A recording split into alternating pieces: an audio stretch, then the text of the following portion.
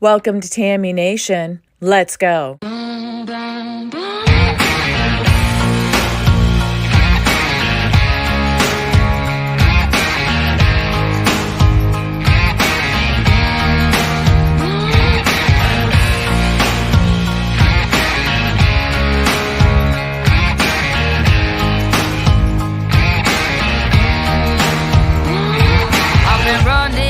From 9 to 5, been biting my tongue for all this time. Won't let anyone cut me short. I was thinking this was the way to go, and you put up your puppet show. I say cheers to life. No, I'll be no good man. Just leave me alone. I'm running the show.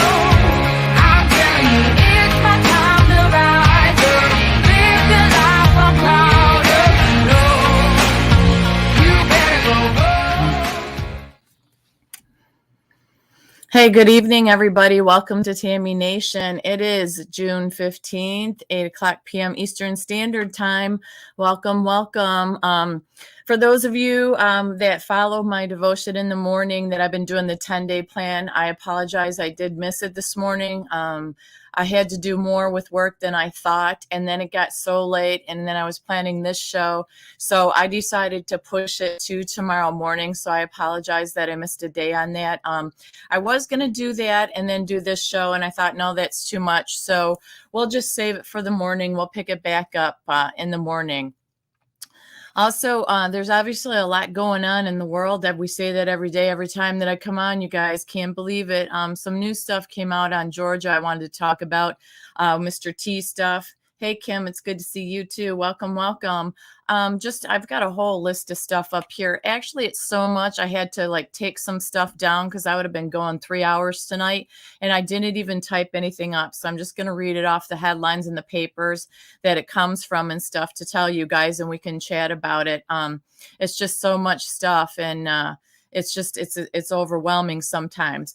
But I have an announcement, you guys. I'm really excited, and everything just got into place today too. So the last couple of days I've been working on something. I did get invited to the Turning Point convention that is in West Palm Beach, July 15th and 16th. And I got confirmed and accepted that I am going. I am so thrilled. And I know that's not everybody's cup of tea. I totally understand that. But if you've been following me for any time at all, you know that my dream was to go to Mar-a-Lago. My dream was to be watching Mr. T and a bunch of these people speak. I had the opportunity to do that with Mike Lindell, which was amazing. But this convention is really something, because what they're going to do is thank you, Kim, they put in place the different action that you can take. Charlie Kirk started this.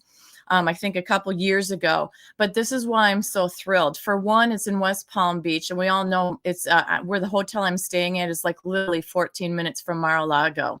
So the people I'm going with, we intend on going to Mar-a-Lago, and believe me, I'll be taking pictures like crazy. I just don't want to get kicked out. That's all I ask. But I will be doing that. I'm going as just a person. I'm not going as Tammy Nation doing news and interviews and all that stuff. Not this time around. I could have done that. I had the opportunity to offer to do that, but it's just too much for one person. I'm just getting the ball rolling here. I'm still learning about what I want to do, and I don't want to put so much pressure on myself and all that. I want to go and just have a good time like a tourist, per se, just somebody that's going and sitting in the audience watching these people speak. Now, why it's a big deal to me, one is because it's in West Palm Beach, and Mar-a-Lago is not far away, and we have every intention of going there. But Donald J. Trump will be speaking there. He is confirmed to be there, which I am thrilled about. My guy, Tucker Carlson, I love and adore. He's going to be speaking there as well. Charlie Kirk, of course. And then we all know how much I love Bannon. I had the opportunity to meet him in Missouri last August, and he's in my intro. I am thrilled beyond measure to be able to see him again, depending on where he's set up, because sometimes these people, thanks Zoe, sometimes these people just go in and speak and then they leave. But then sometimes if they're doing their shows from there, they're just in a hallway or a media area. You can walk up to them, you can talk to them, and you can say hi. So believe me, if Bannon's anywhere near where I can get to him and say hi and get an updated picture, let's just say, I'm gonna do it. Dan Bongino's gonna be there. Senator J.D. Vance, Matt Gaetz, Rep. Matt Gaetz. I think Rep. Matt Gaetz, you've heard me talk about him. He's a fireball. I love Matt Gaetz. Benny Johnson's going to be there. Lindell himself, Mike Lindell's going to be there as well, you guys. And then Scott Pressler. I know there's a lot of people that follow Scott Pressler. He's that younger guy that has a super, super long hair. But like I said, these are just some of the people. They've got more people that they're going to announce as the time gets closer. Maybe a Cash Patel or two will be there. You never know. And like I said, I'm not saying that to brag. I'm saying that is because this is how good God is, you guys. I had no idea this was going on when it was going on. And I told you, I stepped away from the politics and everything for a while. I regathered myself. And I'm finding my footing again. What do I want to do with the show? How do I want to do it, et cetera, et cetera. So I'm still, experiencing that. But this opportunity came to me, and it was a matter of I had to make a decision, yes or no, because the ticket prices literally from the morning I found out to the afternoon increased by almost $100. So I knew that if I wanted to go, I had to jump on it. So I did. And everything, I just got confirmed today. I had to submit all this stuff. It was more than Lindell, too. I think because T's going to be there, I had to submit a bunch of stuff, social medias, a picture, all this stuff. There's all this packets of information that I have to read through. There's all these rules, and that's okay. The point is, people can go. If you want to go and pay for a ticket price, you can go as well. Benny Johnson is big. I love Benny Johnson, Kim, and I love all of this. I feel so blessed to be able to get here. I'm going to be like a kid in a candy store. I plan on taking notes and stuff, as many pictures as I can. If I get a chance, which I plan on doing, to hop on and do some shorts for you guys, or go on live for a few moments, I plan on doing it. If I see a motorcade, I'll probably have a screaming meltdown. So, I'm just thrilled. To me, it's like the ultimate vacation. Back in the day, I used to like to do other types of vacations, but to me, this is like a vacation. I get to be amongst the people who are in the heart of this.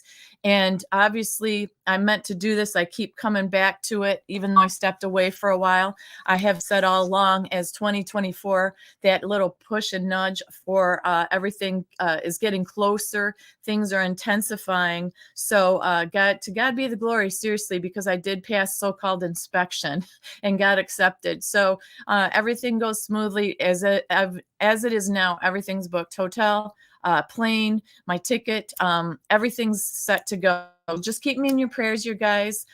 Yes, that's true, Kim. If I record them, if they allow you to record inside of there, I will. I'm not so sure if they will. They may. I don't know. We'll just see how it goes. But I'm just going to have a good time. We're going to hit the beach too, and stuff. It's just going to be a good time. We are going to go more than just the 2 days that the event is there, and it is selling out fast. I know Bannon's been talking about it on War Room.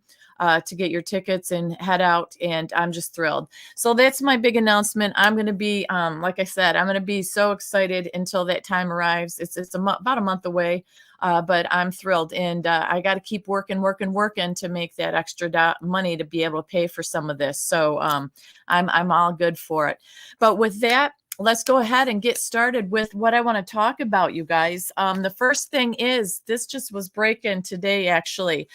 There is a big, huge 96-page report that came out, and it is called the Haldeman Report. And what in that report, what it reveals, and this is the Gateway Pundit, and you're able to actually pull this report up if you care to, because obviously I can't cover everything on the report, but you guys, so you have it for your own information. I like to give the source and have a place that you can go to be able to verify this information and discover things for yourself.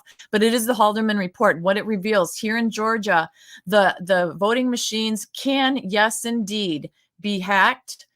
The V-word can be changed. The elections can be altered. And the big deal about this is the Secretary of State here that we have, I'm not going to name his name, he actually hid that report. He hid that report for the last 2 years. He's had it. And now he is not going to install security patches for the 2024. He is going to wait till after 2024 to be able to install these patches. So what it is the North District of Georgia, the Federal District Court for the Northern District of Georgia, unsealed this 96-page Halderman report, and it's the security analysis of Georgia's ImageCast X ballot marking devices. So for 2 years, he's had this, okay? So there's a University of Michigan professor of computer science and engineering. His name is Halderman, Jay Halderman, and he's a security researcher and assistant that he had helped him, professor at Auburn University, Drew Stringall. They collaborated on the report where they discovered many exploitable vulnerabilities in the systems, okay, in that ImageCast X system.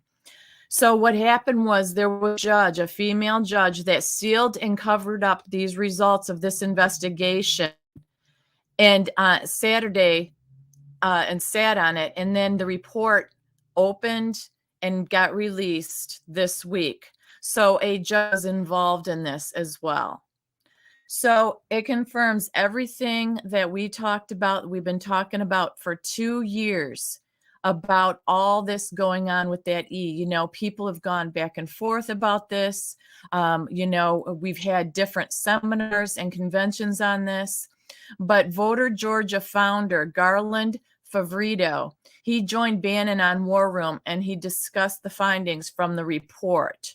So it was our Secretary of State that hit it. So the copy of the report, like I said, is 96 pages. You can actually go on to Gateway Pundit and find this report. You can read through the whole thing if you care to. And it is pretty saddening to realize that, you know, these people, we talk about how corrupt and stuff they were and are, and people don't want to believe it. Well, this is actually something, guess what, we can take to our friends and our families that don't believe that anything was done wrong. This is going to be 96 pages of validation of something that went on. And if it can happen here, it can happen anywhere, right? So basically, a statement from our Secretary of State said, the office announced there will be pilots of recently Election Assistance Commission certified version of Democracy Suite 5.17 in 2023. This software has not been deployed in any E-word in any jurisdiction as of yet. These pilots will examine its full functionality in a real-world setting. Also, in reviewing the processes, it will require an update of nearly 45,000 pieces of equipment, along with the subsequent acceptance testing. This process will take tens of thousands of man-hours. Mind you, our Secretary of State just released this statement. He said, therefore, the statewide move to 5.17 will occur following the 2024 cycle. This will allow the state and counties to focus on executing municipal elections and running the presidential cycle. It also allows the state to put together a thoughtful, thorough plan to roll out the latest software. So therein, he's had this for 2 years and he has done nothing about it. And now he's saying because of the time consumption and how much work and man hours this is going to take, they're going to wait till after 2024. Once again, isn't that just another reason to go to the paper stuff? So he's implying that we have to go through the same kind of systematic chaos that we've been going through for the last 2 years, and no changes are going to be made. And how about the ramifications of hiding that report for 2 years and not telling anybody about it? I think that's pretty incredible, don't you? It's unbelievable to me. Hey, Susie, it's good to see you. Did you hear that, Kim? Yeah. So that's here in my wonderful state of what's going on. And that's the update. Like I said, that's Gateway Pundit if you want to check that out. Then another thing that came out, Mr. Trump put out there on his Truth Social. He said after going through a criminal investigation for 2 years by the district attorney's office in Westchester County, New York, it was just announced that the case has been dropped and no charges will be filed. This was the honorable thing to do in that I did nothing wrong. But where and when do I get my reputation back? When will the other fake cases against me be dropped? And he said, interference. So he's basically saying this case that was going on in New York about him has been dropped. No, nothing's going to be coming against him anymore. And he said, when is my reputation going to come back? So those naysayers out there that say, excuse me, that he's going down and he's got all these charges. This man has been charged with so many things and nothing's been come to fruition. But the chaos that it has caused him and his family is inexcusable. I understand if this is a legitimate investigation, but then you have to look at the other side of the fence. And we all know the big amounts on the other side of the fence and nothing's happening. It's like crickets over there. And it's like, put the fires out over here. Like, look over here, never over here. So once again, that probably got buried in the news that he got let go of that. All these charges are dropped in New York. So he's moving on from that. Then he also put out another statement, and this is regarding yesterday. And it's regarding the Presidential Records Act, which we covered yesterday. And a lot of people didn't realize the Presidential Records Act, that allows any president to have control of whatever papers they do accept or they don't accept, and they return or they don't return. But remember, he called it the Clinton socks case, and it is about a pair of socks. It totally exonerated me from the continuing witch hunt brought on by the corrupt, we know, all the three-letter agencies and stuff.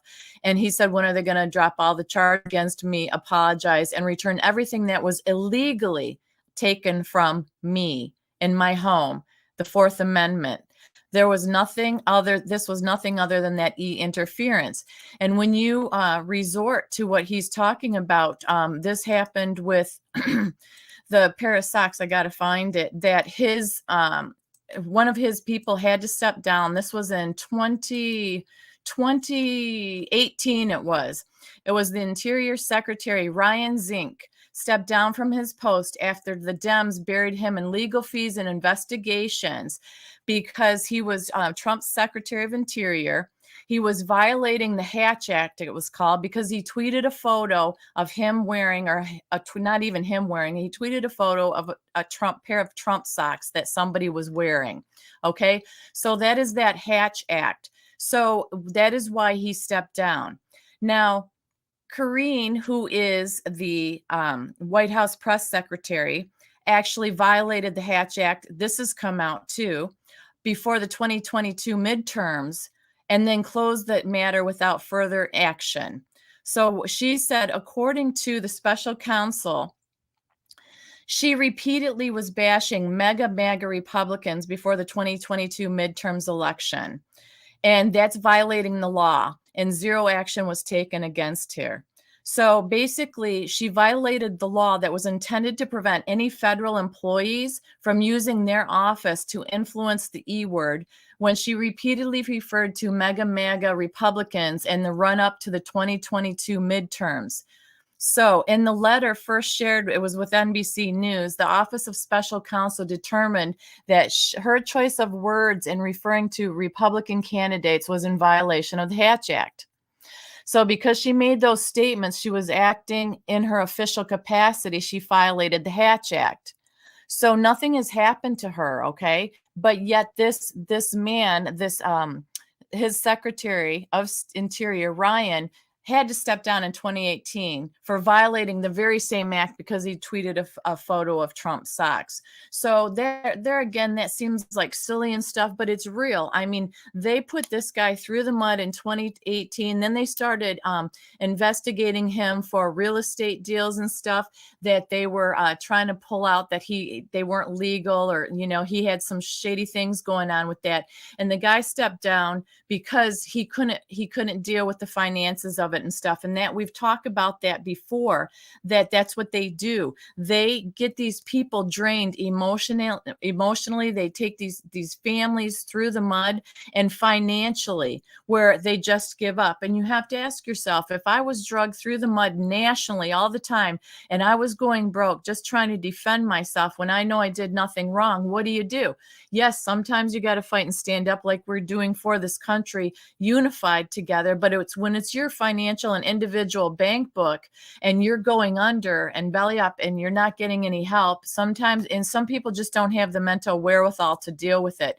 So once again, you have to be impressed that Mr. T, for all he has gone through all these years, and he's still fighting strong. He's still fighting for us. And it's pretty impressive to me. So, I just think that when you compare the two, what the White House press secretary did, and then that got buried, nothing happened to her. They just closed it, sealed it up, the instance against her, put it away. But his guy had to step down. That's not equal justice right there. So we can go and look from 2018, 2017, 2016 on, and we can build, I swear, probably a room full of documents and different files of unfairness and injustice that compare this happened to this person on this side, and they bury it. This was instigated by this person on this side, and we're going to run them through the court. We're going to break them. We're going to make sure that they disappear and they're never heard from again. And it's ridiculous. So I found that just pretty interesting today when I came across that. So basically, another thing that came out, Trump's former attorney said that this whole stuff, that indictment against him, all these 37 charges and stuff, may not even make it to trial because of Jack Smith's misconduct. And I did talk about that a little bit, excuse me, yesterday as well, that basically everything that they're charging him with is just a little breakup of pieces off of one major piece.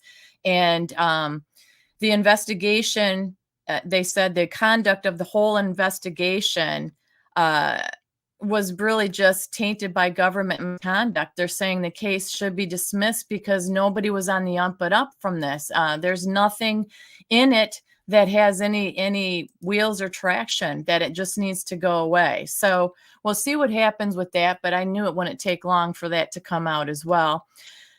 And then this was very interesting. This came out a couple days ago, but I didn't hear about it. The Burisma energy accountant who blew the whistle on the B bribery thing was found unalived.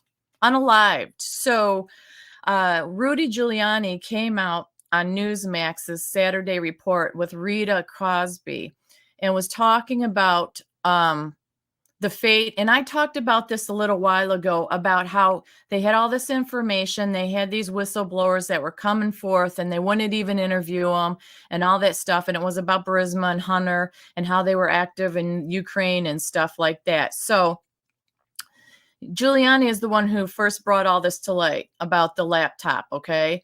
Hunter's laptop. So it is the corrupt energy company in the Ukraine. So during Joe Biden's tenure as the VP under Mr. O, they compensated Hunter, we know, for tens of thousands of dollars per month, right? For his position on the board. He didn't have experience. We've gone through this a million times over and over, right? So we know that all of this is on a laptop. There's emails. There's all this kind of stuff. But Giuliani says the U.S. authorities did everything they could to ignore this woman who is now unalived. She was found unalived. And I talked about this, like I said, because Giuliani had all this information and she had all this information, and they just wanted them to be able to interview her. And they just didn't want to interview her. They said they just wanted to make her go away. And he said the investigation was later transferred to the U.S. Attorney's Office in Delaware. And guess who was there? The U.S. Attorney. You know who that was? Barr, right? So Giuliani has claimed all along that the Delaware office buried the case, and despite the whistleblower was being under the threat of death. And we talked about that, how she was getting all these threats and all that stuff. He wanted her to stay safe. He just said, I want you to just go ahead and interview her, because the thing is, The mainstream media is refusing to acknowledge her existence, okay? So she's actually died before she could testify, but he says, let's go through what Giuliani had told Newsmax. He said, well, of course, that's the most ridiculous, idiotic statement to make on a day in which we find out that the bees took a 10 million bribe from a UK Zelensky or Zocheski, which I could have told you, and I did tell the DOJ 3 years ago. They followed up on none of the evidence I gave them. They were hoping people would disappear. It's extraordinary. So Giuliani revealed that he gave the DOJ, who is a woman, a witness. She was the chief accountant of this crooked company that begins with the B. She was also the wife of the former owner who died under suspicious circumstances as well. So this woman was willing to give up all the offshore bank accounts, including the B accounts. She's the one that supervised the transfer of a lot more cash to the Bs and other crooked politicians. So Cosby asked, are you confident that now the House committee is going to get to the bottom of that? Because that is stunning. The reality is that we gave them in January of 2020, Giuliani replied, we gave it all to them. And the Pittsburgh U.S. attorney was very interested. He said, but then in a very strange move, Giuliani tells Newsmax, Barr took it away from him, gave it to the U.S. attorney in Delaware, and he didn't do a damn thing about it. The woman was under the threat of death. So he tried to pressure them to do something. And Giuliani makes a good point here, you guys. He said, look, even if she was lying, they would find that out in a minute because she wouldn't have the accounts. She either has the goods or she doesn't. And it's absurd, he said, not to interview her. She claims she had bank accounts and that the B family got a lot more money under the table already. So they had 8 million on the table that they could prove, which they could prove tomorrow, and they could have proved 3 years ago. He said they could have indicted Mr. B before he ran for presidency and obliviated this problem. So he said we could have found out if he was innocent or guilty in January of 2020. He said all the witnesses were there, and I have them on tape. Shokin. He said Shokin was willing to come in and testify. So for all the people that, hey, D-Dog, it's good to see you. All the people that make fun of Giuliani, like, the big thing about Giuliani was he was sweaty and his hair dye was running down his face. They mocked him and made fun of him. But here it is now. It came out in the paper that this lady is the second one that is unalived, and they never did anything about it. They never interviewed her or anything.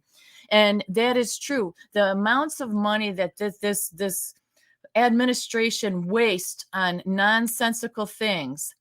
How much would it have taken for them to just give this lady a quick interview? They could have asked for some information over the phone or through Giuliani or whatever to find out if she really did have the goods. And if she was just lying about it, it would have been done and over with. But had she had some goods, the next thing you know, what would have been good is we would have found out if Mr. B was guilty or not. If she had all the records and everything else, what the heck is going on that Barr buries it and does nothing about it? So once again, we have the documentation on all this stuff. We have Giuliani that's going after these people saying, hey, Barr, let's do this. He pushes it over to Delaware, or the U.S. attorney pushes it over to Delaware. So Barr handles it, Barr buries it. It's just incredible. And now this lady is gone. So, I mean, who knows what's going to happen from here? I know that there's probably only so much Giuliani can do, but, obviously this information hopefully is on record somewhere, some way, somehow, and you don't need the lady's actual voice. However, her voice speaking it is probably what will seal the deal. I don't know. It just seems suspicious to me. And, it's incredible when you have actual evidence that needs to be checked out to whether it's true or not, then do it. Why are they not doing it? And I think that, yes, Harvest Mary Moon, that's what I'm talking about, hon. Two of them. Mm-hmm. So it's getting pretty nasty. It's been pretty nasty, but I think that it's getting worse because we are getting closer to 2024, and I'm not liking what our Secretary of State just came out with. So we're stuck with those stupid machines again. And the thing is, like I said, If it's going to take all these man hours, like Secretary of State here said, I don't want to say his name, why in the heck don't you go to paper? It's just absolutely, it's just, to me, blatantly obvious what they're doing and why they're doing it anymore. It's crazy to me. So then this is like just a different weird little thing that I came across, because, leaders, representatives, teachers, and everything are supposed to have, good character. They're teaching our kids, our students, our college students, their representatives. You would think they wouldn't be like, the Fang lover representative that we have in Congress. But there was a Penn State professor that is charged with animal cruelty recently because he was engaging, and let's just say, a body functional things with himself and his dog in a public forest. And this guy is 64 years old. He's been doing this since 2014. They actually put surveillance cameras up to get this guy. He was a Pennsylvania State University professor, and he was doing these certain indecent exposure, lewdness out in the open, animal cruelty to his dog, and now he's being charged. They've put all this money, time, and effort to get him, and that's my thing. The mental shape that people are in anymore, just, it baffles me. How can you be a professor and then you turn around and you've been doing this on and off since 2014, that they put all this together to get you? So basically, he's been relieved of his responsibilities on leave. He hasn't been fired. His hearing's scheduled for July 19th. But after he got busted, he was saying that he was nervous, saying that I'm done, I'm dead, and begging them just to unalive him. And his excuse for doing this since 2014 he said, I have to blow off steam. I don't think that's a very sane person, if you ask me, that's in our. So, I think, do we have to do heavier examinations on our college professors now because they're doing things like this out in public? And it's just disturbing to me. It's just disturbing to me. I don't know what's going on with people, but I found that interesting today as well. And it just was kind of disturbing, like I said. Then, the documents came out June 10th. We know the 3-letter agency documents confirm that Mr. B is the big guy. So it talks in detail, all these documents. It is in existence, and I talked about it the other day as well. The FD 1023 document came to light in 2022 when the whistleblowers revealed it. So you can look at all that as well. And but President Biden dismissed all the allegations. He says it's a bunch of malarkey. When he was asked about these allegations recently, he jokingly said, "Where's the money?" And then he goes, "I'm joking." And he apparently really got ticked off when they were asking him about this stuff. And he said to the reporters, that's a dumb question. What a dumb question. When it talked about, they said, "Hey, you're the big guy. What about the money? And, we've got all this information." And he said, "What a dumb question." He didn't answer anything. Of course, he didn't answer anything. And just to say the word malarkey alone, and then to just say, "Hey, it's a dumb question," that's just a weaselly way to get out of it. It's just, what do you expect from him? And then there's another big thing that came out today, that on Representative Mike Turner from Ohio. So basically, this guy, Brian Costello, who's on Twitter, revealed that Mike Turner was protecting Schiff, and we know why now, because basically he is involved in Sequoia, and Sequoia is an investor that bankrolls basically China's technology and tech. Okay, so it's found out that Kevin McCarthy's top donor has become Doug Leone and his wife, and they're from Sequoia. So they also are the largest investors in China, including TikTok. So basically, all these people, it's coming out, they're investigating them investigating them and more to come because of all these huge donations that they've made. So the Senate Leadership Fund was the recipient of a lot of this money, and the McCarthy Victory Fund. They've got a list of 13 different donations that were made from Doug Leone and Patricia Leone to the Senate Leadership Fund, the McCarthy Victory Fund. Okay, these 13 different donations range from 2018 all the way to 2022. And you guys, this is these are huge amounts of donation. I'm talking like 393 grand, 217,000, 141,000, 260,000. So they said that there's more to come on this. Mike Turner is involved in it. He's a representative of Ohio, like I said. And it's just, it's more of the evil web that has been woven. And it's pretty startling to me. D-Dog, all this crap will be buried forever, just like the Obama and Hillary stuff. Well, see, I'm hoping, D-Dog, it doesn't. You know, like I said, when they have all this actual documentation and stuff, I don't even know, D-Dog, or anybody listening, as a country, how we move forward with this stuff. With this kind of knowledge that is documented, I don't think U.S. citizens are just going to sit and stand by and just say, oh, well, and let it go under the rug. You know, I don't know what's going to happen. We just keep fighting this good fight. You know, that's what we have to do. But knowledge is power. So here we go. I can't give up the fight. This was an interesting thing that came out too. And I don't know what you guys make of this, but it was from the Daily HODL Holdel. And basically it's a paper, an online paper, and it's news and insight for the digital economy. Okay.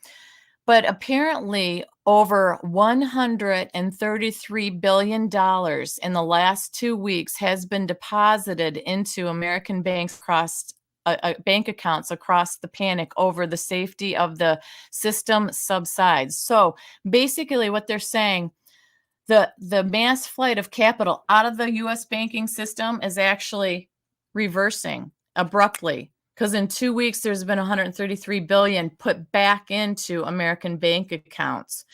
And this paper states that in the last week alone, customers piled 46 billion into the U.S. banks, according to fresh data from the Fred system. The inflows have coincided with a rebound in regional banking stocks, with shares for PacWest Bank Corp, because they bounced from 6.45 on May 31st to 8.53 in the last week or so. So they're saying that there's increasing optimism in the banking sector, and it's buoyed by a potential pause on interest rate hikes from the Federal Reserve, because they're pausing the interest rates apparently. So they think that the Fed's going to leave the rates alone for the first time since March of last year. So that's making, I guess, that happen. You know, despite the short-term recovery, obviously the overall health, they're saying, of American banks remains in question. But, you know, they're also saying that the commercial real estate sector still has a lot of troubles, obviously, going on. And they've seen big changes in attitudes and behaviors towards remote work, and especially in an environment of higher interest rates. I think banks are broadly preparing for some restructuring and difficulties going ahead. So that was Treasury Secretary Janet Yellen. But, you know, we hear about everybody pulling everything out and, you know, buying the different metals and stuff like that. And this little article, like I said, this was just a tiny little article that got kind of on talk about that I know of. So anyhow, let's see what here. D-Dog, what'd you say? Less than 10% are paying any attention to what's happening, but if you have hopium, more are watching. Well, paying attention to what's happening is really important. Like I said, it was like exhausting for me to zip through this stuff. I've got a few more things to go over, but you know, it's bouncing all over the place. And you know what's exhausting is a lot of this stuff is hard when you go into the different kinds of statements or numbers or who can do what where. And, you know, it's pretty confusing. But if you kind of slow down And you'll find an article that you read that you can understand. Like some words are like incredibly, I'm like, what does this even mean? But it doesn't mean I don't push harder to try to understand it. That's what they hope. They hope that we're going to give up. They hope that we're just not going to pay attention. And that's all there is to it. But anymore, like I said, this just came out about Georgia today. That is a big, big deal to me. That's keeping it fresh. It keeps showing people that things are happening as slow as they may be. They're still happening. It's not like everything's dead and buried with the E stuff, right? Anyhow, Harvest Merry Moon, if the selection was dealt with right off the bat, no one would have got right and arrested, blame politicians on both sides. It's premeditated. Yes. So we've got that kind of stuff going on with the J6 people, but then you've got these trans people that are out there that they can expose anything and everything, and that's absolutely acceptable and fine. And like I said the other day, they expect you to accept them the way they are. However, they never accepted themselves the way they were in the first place.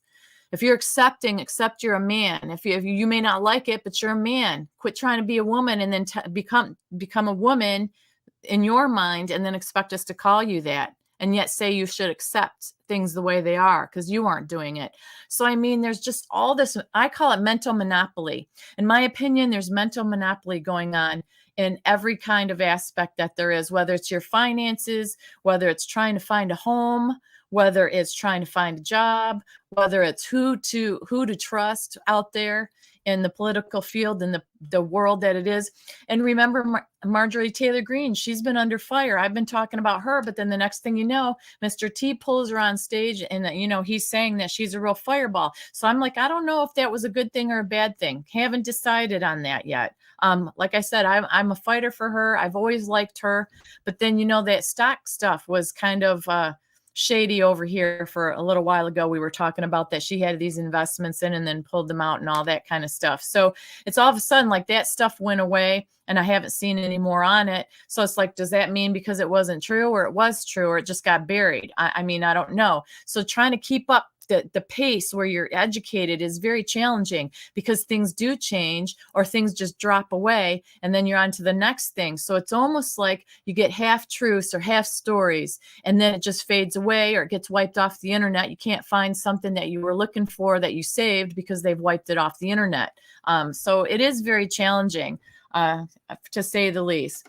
DeCat. Hey, DeCat, it's been a while since I've seen you. Thank you for that. I'm trying to have a little bit of one, trying as best I can. We have 60 in our group, D-Dog says, and we are lucky to keep track of 50% of what the Fed is doing now. Holy Toledo. And see, D-Dog's group, you guys obviously are very intelligent and involved and have been involved in this and communicate, and they're on the inside. So if they are only getting 50% of what's going on out there, that's pretty crazy. So that's why we all have to stick together and just try to have patience with each other. And like I said, if there's something that I miss that needs to be out there, you can always put it in my chat. I'm fine with that. Or like the other day, somebody updated me on something. Oh, it was on Trump something, because right before I went on, he was going to appear in court. That's what it was. And they filled me in on that. So I do appreciate that. I don't claim to know it all. I just know that between work and caring for this country like I do, I've got the fire in me again to try to find out what's going on and try to see where my time and energy is going to be best served to make changes or help with what I'm doing. So, DeCat, snail's pace and the greatest awakening that we will ever see, but God has our back. Oh yeah, definitely. God wins. God has our back 100%. So that's pretty cool. I've got something else here too. The next thing is, if you guys didn't hear about this, the Western Journal had this out. So actually these articles of the peachy word, we'll just say articles of peachiness have been filed against Mr. B and Kamala. So the GOP rep Andy Ogles of Tennessee introduced these articles against them on Monday.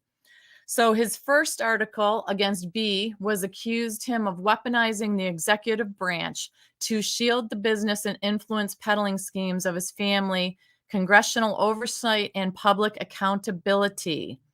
In the congressman's second article, once again, this is from the Western Journal from June 12th, you guys. The articles of peachiness are put in there for against Mr. B and Kamala.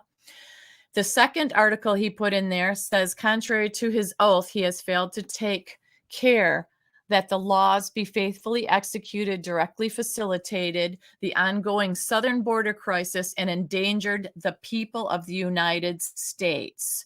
So he talks about B's administration officials, the director, Chris Wray, Treasury Secretary Janet Yellen, claiming they denied members of Congress the documents they sought in their oversight role.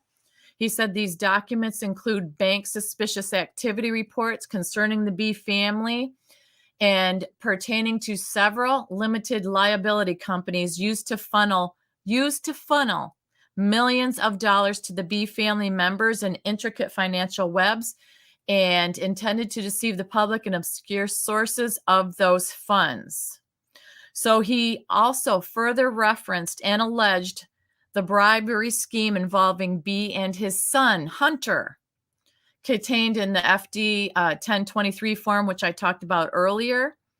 And he made that available to the House Oversight Committee, Accountability Committee members last week. We talked about that.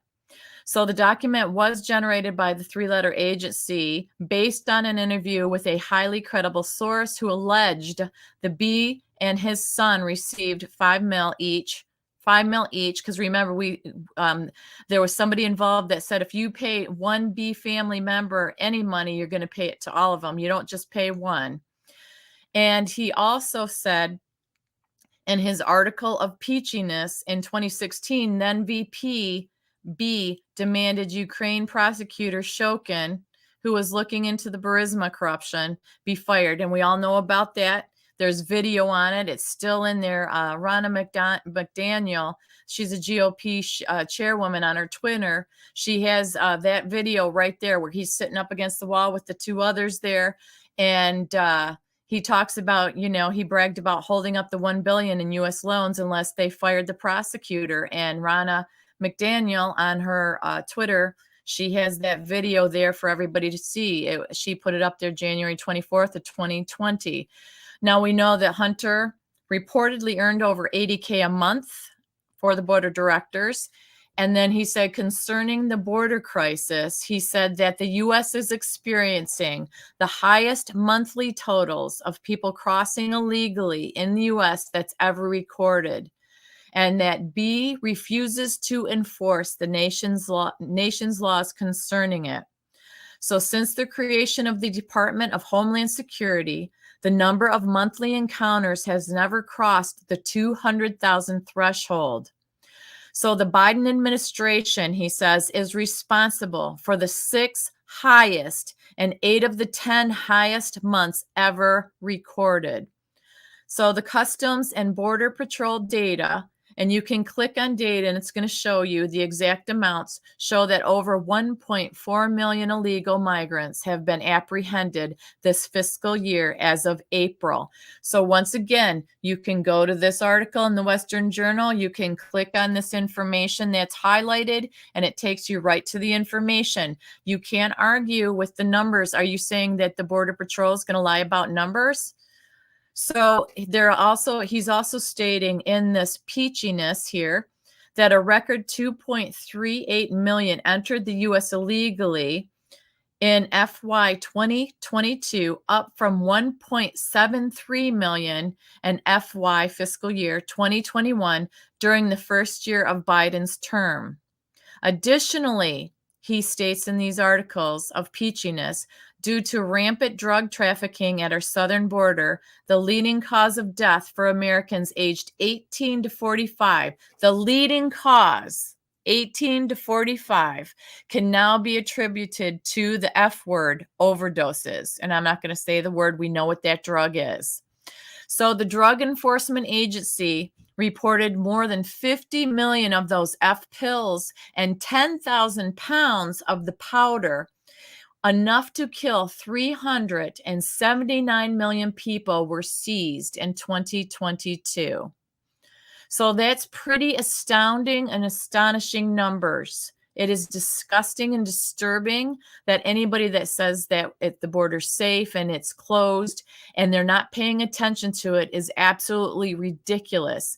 The peachiness, the article of peachiness the congressman has for Harris focused on her failure as the border czar, because remember, she was put in charge of the border. She was supposed to address the crisis at the southern border.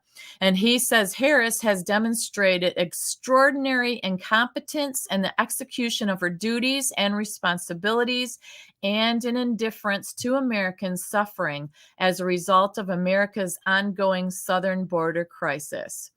He says Vice President Harris has consistently refused to visit the southern border to ascertain the root causes of the ongoing crises. Aside from one single trip, hundreds of miles away from the epicenter of the migrant crisis, he added. And he said the same illegal immigration and overdoses statistics raised concerning Biden to contend that Harris has failed her duties to secure the border. So we all know they're astounding numbers. We all know she went once. Well, she went before that. Remember when she kneeled right there at the fences and stuff, which was ridiculous in her white business suit. So I didn't know if you guys saw that and that was going on. Let's see. A binding oath, kind of, they take it means they know if someone breaches their oath and does nothing, has also breached their oath of office. DeCat says the continuity of government is at stake now and has since 2020 November. And D-Dog says 2A is not for hunting, just saying. Yeah, just saying. I mean, seriously, you guys, this stuff is, Harvest, they sit their butts in the chair. It's ridiculous. I mean, these are astounding numbers. Hello, Engine 10. It's astounding numbers. And when it is affecting 18 to 45-year-old people, that is also another generation, isn't it? You know, the men and the women that are going to take over for us old timers, right? So that's just wiping that out. Then you've got the younger generations that they're conditioning and everything with this trans stuff.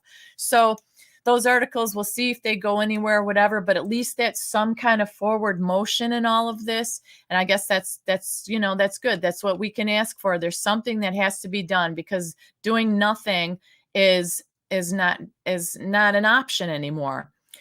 The other thing I wanted to bring up here is that came out yesterday. The GOP senator is going to, it is J.D. Vance of Ohio. He is going to bring the DOJ to a standstill following Trump's indictment. He said he's vowed to hold what he sees as politicized Justice Department into account after what happened to Mr. T last week. He vowed to block all of President Joe Biden's personal nominations for the department, saying, until Merrick Garland stops using his agency to harass Mr. B's political opponents, I will hold all of the nominees. He posted the video on his social media under J.D. Vance, and he said it's time we stopped whining about this problem and debating this problem and actually do something about it. So he said that he says not enforce the law impartially, but clearly to harass his political opponents. That is what the DOJ is doing. They're only going against opponents. It's not balanced. It's not evenly based. We know that. He said, so I think we're going to grind this department to a halt. So he says until Garland decides to do his job, that's it. So, he said Trump was just one of the examples. He said that Vance's strategy would not entirely stop Biden's DOJ nominees, but each one would have to be confirmed via a floor vote instead of simply by a unanimous consent, slowing the process. So bravo to him for that. That is something. It won't stop it, but it slows it down, and you have to do a floor vote instead of a unanimous consent, slowing the process up. So he said right now the Dems hold a slim 50-seat majority, and then Harris is obviously the tiebreaker. He said, but under the strategy, the department could be denied new federal prosecutors and potentially nominees for the federal bench. So Marjorie Taylor Greene is like, yes, thank you. Action's the only way forward. JD Vance, they believe, some of them, that it's being weaponized government, and she wants to hold them accountable. So we'll see what happens with that. That is something. And it is like different people doing stuff. If you notice, it's not like the same 2 or 3 people that are saying something. We know that Bannon's been in it for the long run. Gates has been in it. Taylor's been in it. There's Taylor Greene. They've been in it. But now it's like these other people are getting pieces of the puzzle and they're bringing them to the total puzzle, right? So that's what we want. We want different people, because it can't just be 1 or 2 people. It has to be everybody. Everybody has to take some action and what they can do. And it's right. It's way past time talking about it, because most of us are really aware of the BS that's going on, the corruption that's gone on, and all that kind of stuff.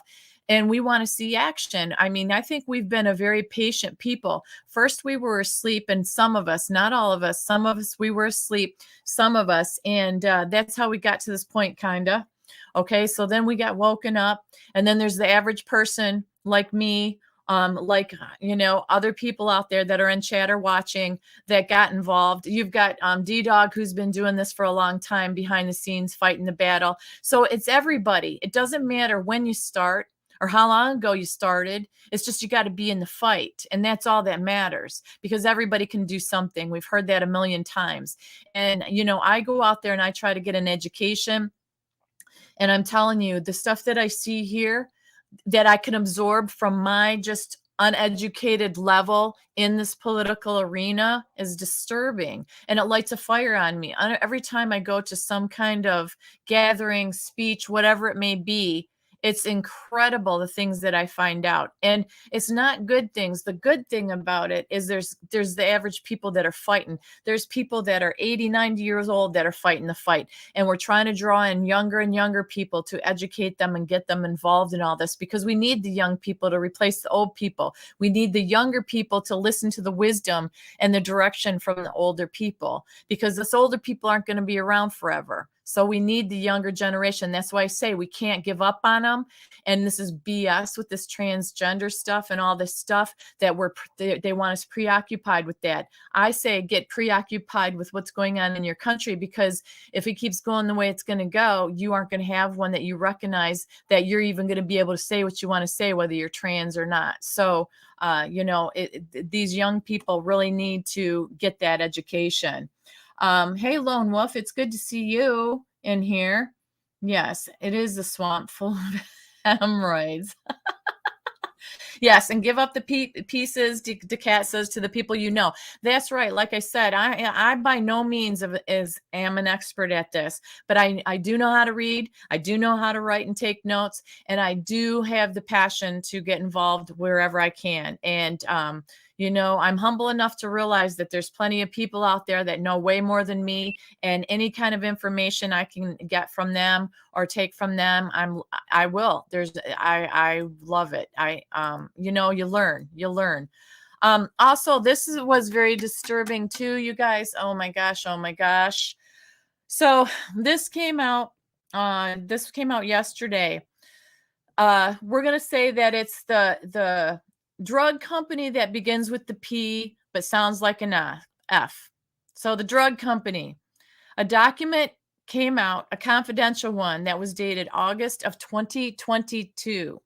And it shows the company observed 1.6 million adverse events covering nearly every organ system when it involves the Jabadoodle. So they have up here, there were over 73,000 vascular disorders, 696,508 nervous system disorders, 61,518 eye disorders, 47,000 ear disorders, and 225 skin and tissue disorders. So this is a 393-page confidential P company document. It was dated August 19th, 2022.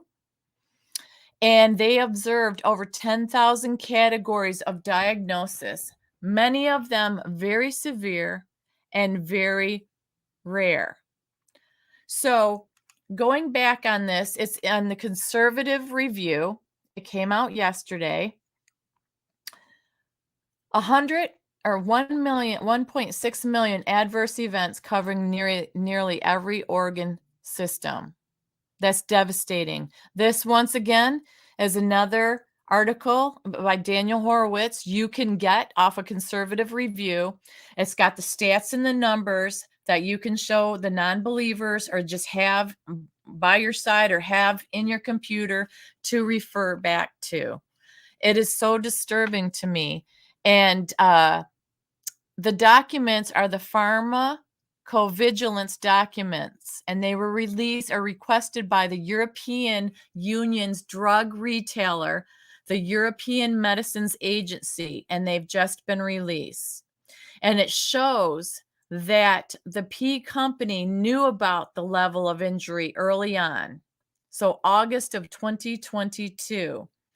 So some of this also says 508,000 individual case reports of adverse events containing 1,597,673 events. 1/3 of the AEs were classified as serious, well above the standard for safety signals, usually pegged at 15%. Women reported AEs at 3, and that's adverse effects, at 3 times the rate of men.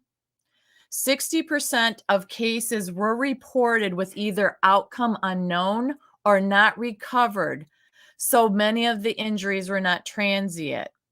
How about this? Highest number of cases occurred in the 31 to 50-year age group. And 92%, you guys, 92% did not have any comorbidities, which makes it very likely it was the jabberdoodle that caused that widespread sudden injury. So they're saying that these numbers alone suggest that these jabberdoodles should be defunded, and Congress should immediately remove liability protections from the manufacturers. But then in a more recent document that was released by the Europeans is even more devastating because it breaks down the 1.6 million adverse events observed by the P company by category and subcategory of the ailment and injury. So that's the 393-page confidential document.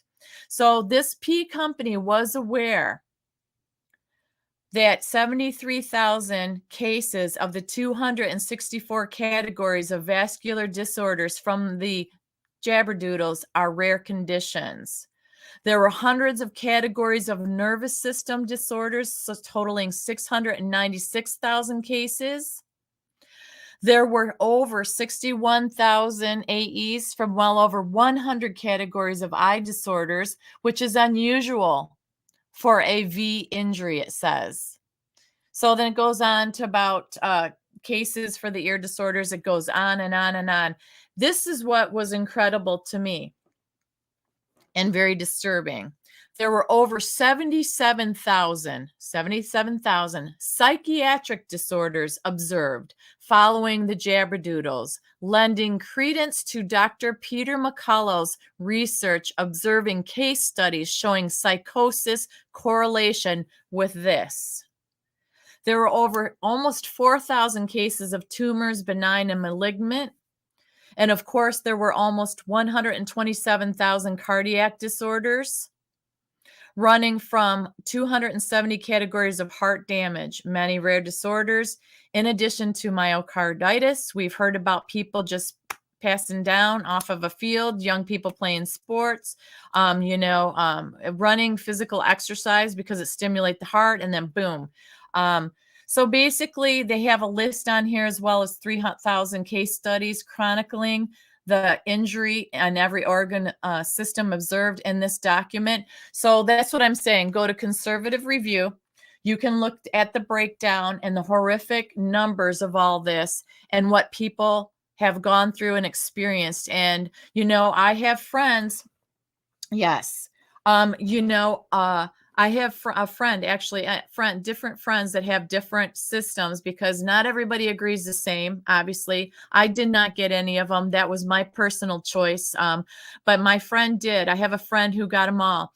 And she started getting all these skin rashes all over her, itching and little red blotches.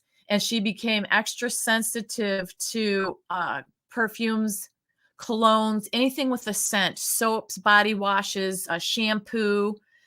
It is all affecting her skin now. And she's gone through a year of going to different doctors and dermatologists. And guess what they say? We can't figure out what's wrong. We can't figure out what this is. So not only is she going through discomfort and trying to find things that do not irritate her skin and cause these blotches, sometimes they flare up and they get open and blistery a little bit and irritated. Sometimes they itch like crazy, almost, she says, like poison ivy or something. But now every time she tries to wash up or shampoo her hair, anything like that, this stuff aggravates her. And she's finding that when something works for a little bit, it just doesn't work the same. It starts aggravating her, so she has to try something else. And that is devastating to me. I also have an acquaintance who lost her 35-year-old husband. She was married less than a year. She was left with 3 kids. She's taking to task the doctors and stuff at the hospital because she was saying she didn't want certain things. And they said he was of sound mind, that he was able to tell them, yes, this is the treatment I want, which was a bold lie. So she's got all these different paperwork and stuff that she's going to task with them because he passed away from the treatment process that they treated him. He had nothing wrong with him when he went in, but he had the coughing and stuff, and it was that sickness, and he didn't come out of that hospital, and they were married less than a year. And so she's her life is obviously, and her children's lives changed forever. A lot of people are. So the thing coming out with this Horowitz, this article on this documentation, I mean, this is hundreds and hundreds of pages of descriptive adverse effects, and they're pretty tragic. And then when you look around at the people that you love and care about that may have gotten it, and I'm not saying everybody that got it, something happened to them, but some of them, enough of a majority that it shouldn't have happened the way it did. I have another friend who her sister is a nurse and had to get all of them to keep her job. She decided to get all of them. She's just been diagnosed with stage 4 breast cancer, and it's a rare one. It is extremely rare. She had a little bit of treatment on it. They didn't get it all, and it came back. And they said now it's raging through her chest area. So she has to go through, obviously, radiation, chemo, and all that, more surgeries. And the thing is, it is so extremely rare that, and there's no nobody in the family that has it. So it's not a genetic thing. There's no chain of the C word in that family at all. So, like I said, it can be devastating. We were told by nurses and doctors a few years ago that we would start seeing the repercussions of this. And unfortunately, we are. So where there's smoke, there's definitely fire. And we have to be in prayer for people and their families, because now we're seeing the results of some of this coming to fruition. And, the lady that this is happening to is completely baffled. I have my suspicions, but I don't have it as fact yet. We have to wait to see what the doctor says and find out. But it's a very sad. Yes, people get sick. Yes, people have diseases. Yes, there's been the C word around for a long time. but we look at what's happening to people of all different ages with no comorbidities in the past, and they're just boom, keeling over, or boom, having all these rare things out of nowhere, popping up on nowhere. We talked about it for a long time about the different ways the Jabberdoodle affected the systems in the blood and the breakup of it and all that stuff. So we don't have to go into that. I'm just saying, unfortunately, with this report coming out, it just re-triggered my memory and all the things that we were going through and we were trying to do. Yeah, Harvest Merry Moon. You know what? I agree with you 100% because not only is it conditioning or wanting to fit in, because every generation, we had the hippie phase, this and that, wants to fit in and wants to feel heard, wants to feel included. I think it started as well with the goth phase.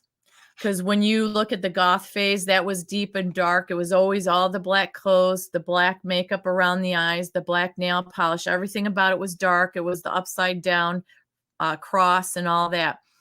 It was beginning there. And then it went into different kind of changing and altering of the body, not male to female, female to male, but it came with the different kind of ink people got. And I don't see nothing wrong with tattoos. You want to get tattoos, that's your business. I'm talking about where they ink out the whites of their eyes to make it black. When you get the dermal implants in your head,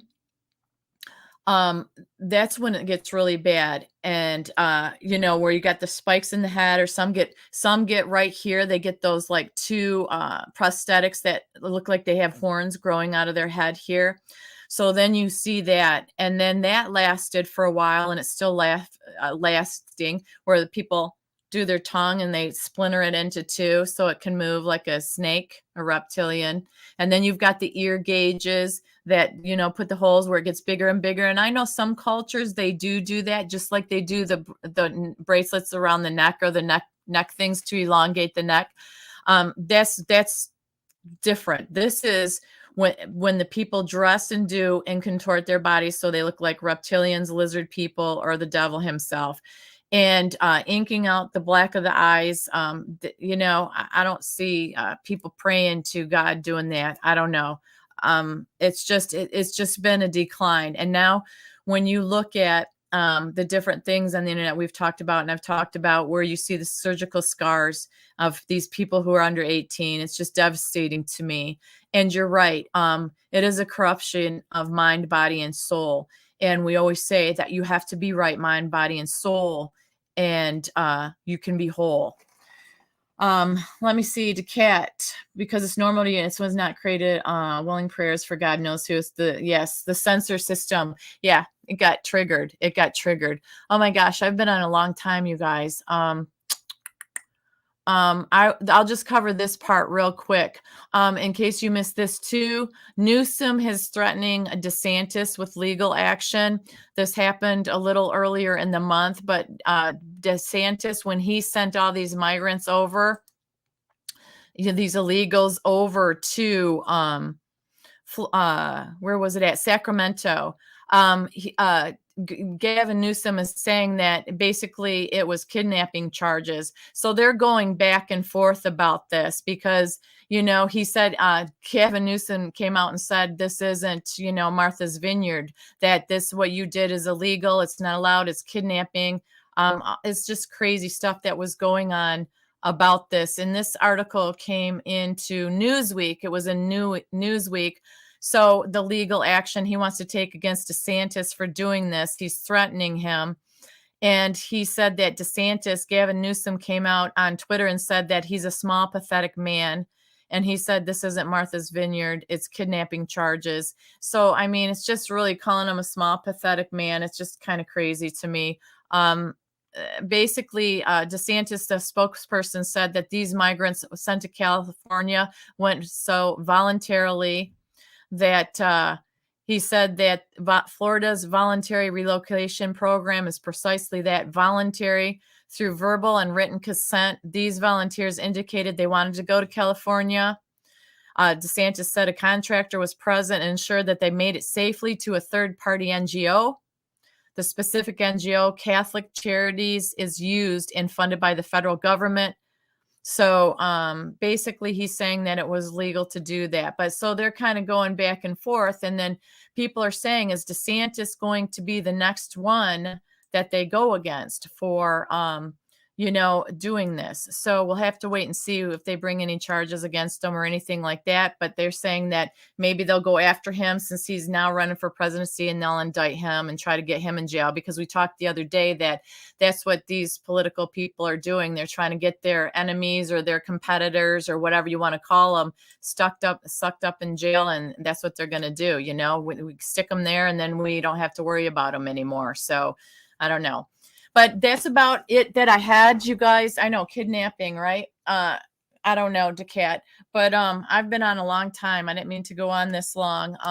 Anyhow, you guys, thank you all for joining me. I know that was a lot of information, but like I said, the Gateway Pundit had some of this stuff. I tried to name the different places that I went to for these different news stories that I followed and found out. And the last thing, you guys, before those of you who came in late, I have good news. I announced it at the beginning of the show, but I am going to go to West Palm Beach, Florida, July 15th or 15th and 16th it is, I believe. And I am going to attend the event that they're having there, the Charlie Kirk event. So it is the Turning Point Action Conference. And I'm just thrilled beyond measure for myself, because those of you that didn't hear it at the beginning of my show, Mr. T is going to be speaking there, Tucker Carlson, Matt Gaetz, all of the who's who and the what's what that we pay attention to find out what's going on are going to be speaking there. And it's about taking action. Charlie Kirk started this Turning Point a while ago, a couple years ago, I think it is. And I did get accepted. I got invited. I got accepted. I told people I am going as just a citizen, a normal citizen with a group of people.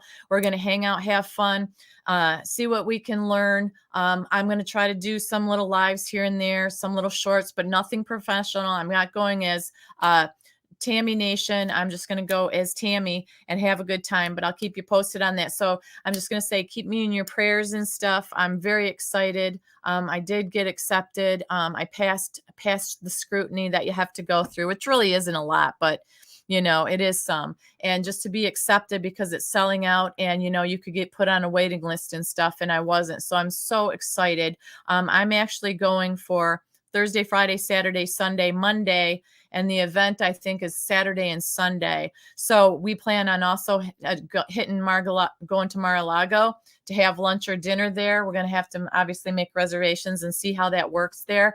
But I want to take a bunch of pictures there if I can. And DJT is going to be there because he's going to be speaking at the event. Dan Bongino is going to be there. And I'm just thrilled. I'm just excited. This is, to me, a trip of a lifetime. I've been always wanting to do this for a long time, but I haven't actively pursued it. And this time, actually, it just fell in my lap. Somebody approached me and offered me to go. And I didn't even know what was going on. So to God be the glory, everybody. That's what I'm saying. If you stay the course and you are on the path that God has you be on, and you know who you are and what you want, and you follow your passion, dreams do come true. God makes things come true. And obviously, if he takes something away from you, you may not like it, but he does it for a reason. And then he gives you something else over here. So we just have to stay on the path God has for us, and we're going to be A-okay. And we're going to get through this together. So thank you all very much for spending your time, your evening with me. And I appreciate all your comments, and I appreciate each and every one of you. I love you guys. I know some of you guys for a while now. Some of you are new to my channel, but each and every one of you, I appreciate you going on this journey with me, and you allowing me to bring you along for the ride. We will get through all of this together. It takes all of us crazy people to get through this together, because we are Americans and we love this country, and we're not giving up without a fight. We are going to do what we can do to get this world right for these generations beneath us, our children, our grandchildren, because they're the ones that matter. They're the ones that count, and we're doing it for them. So peace, Godspeed, love y'all, and I'll catch you on the next one. Bye-bye.